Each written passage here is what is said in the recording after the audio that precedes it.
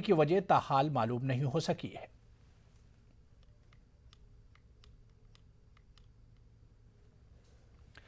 राष्ट्रीय जनता दल के सरबराह लालू प्रसाद यादव बिहार के 2 हलकों में जिमनी चुनाव के इंतखाबी मुहिम में हिस्सा लेंगे। आरजेडी सदर ने बताया कि 27 अक्टूबर को तारापुर और कुशेश्वर स्थान में इंतखाबी मुहिम में हिस्सा लेते हुए आवाम से खिताब करेंगे। उन्होंने दोनों हलकों से राष्ट्रीय जनता दल उम्मीदवार की जीत का दावा किया है। वाज़ेह है कि लालू यादव सेहतियाबी के बाद जिमनी इलेक्शन में अपनी पार्टी उम्मीदवारों को कामयाबी दिलाने के लिए सरगर्मियों का आगाज कर दिया है। 27 तारीख को हम ये दोनों जगह तारापुर में और ये कुशेश्वर स्थान दोनों जगह हम जनता जनार्दन का नमन करेंगे। ऐसे तो तेजस्वी यादव जी पूरा सब जगह घूम ही रहे हैं, उखाड़ के वही फेंक चुके हैं उनको। बाकी जो बचा है उसका हम विसर्जन कर देंगे। हमारी पार्टी बहुत मजबूत वोटों से जीतेगी।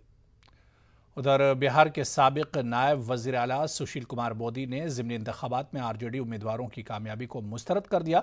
उन्होंने कहा कि बिहार की आवाम बाशऊर हो गई है और वो एनडीए उम्मीदवारों को कामयाब बनाएंगे। सुशील मोदी ने मजीद कहा कि बिहार में कांग्रेस को वोट देना लालू यादव की पार्टी आरजेडी को वोट देने के ममासिल है। वाज़ेह है कि बिहार के तारापुर और कुशेश्वर स्थान हलकों में ज़िमनी इंतखाबात मुनक्किद होने वाले हैं। बिहार की जो कांग्रेस है वो लालू कांग्रेस है, वो श्री बाबू की कांग्रेस नहीं है, वो जगन्नाथ मिश्रा की, वो लालू जी की कांग्रेस है। तो इसे देखिए ना, चुनाव का रिजल्ट आने दीजिए, उसके बाद मालूम पड़ जाएगा।